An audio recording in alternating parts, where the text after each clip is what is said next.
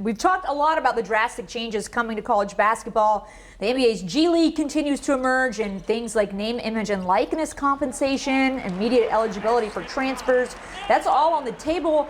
Tom, do you think Kentucky can thrive in that changing landscape?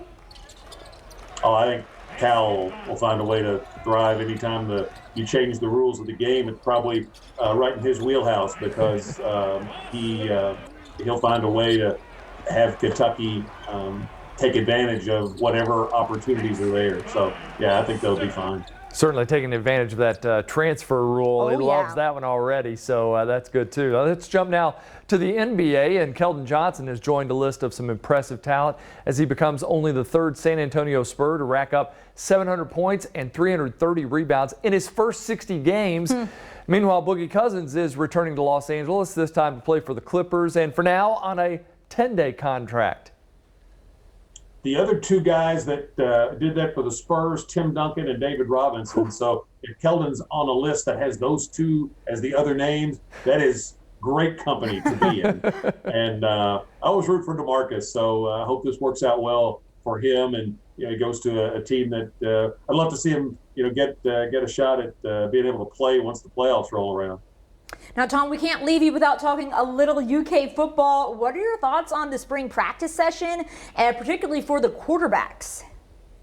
Really wish that we'd be able to see a spring game this year. I understand why they're not, because of all the things with the coronavirus that are going on over in the UK campus there around Kroger Field. But would love to see this new offense in action under a game situation. So we'll have to wait till the fall. All the focus is going to be on the quarterbacks. I love everything I'm hearing so far. We're going to see one more quarterback added to the mix this summer. So I'm really just kind of waiting. I think one of the more interesting things is to see what the depth chart looks like if they release one at the end of spring. And when you talk about this team, you talk to Coach Stoops a lot. I mean, he's not going to get excited unless he really is excited. And he seems to be about this team that he's seeing in the spring.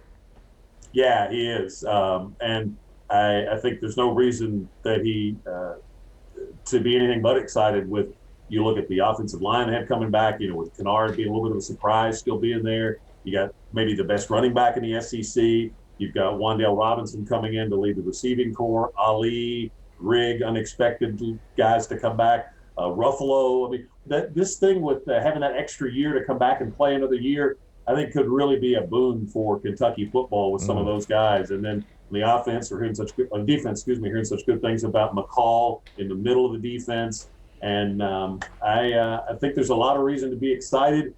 I think what'll seal it is finding out who the quarterback is and then seeing the level of play that they can get to at that position. Tom, we're always excited to talk to you. Thanks for joining us. See you guys. All right, coming up next on BBN Tonight, we'll turn our attention to Kentucky softball. And we'll have highlights from the Cats' weekend series against that ugly Orange team when we return.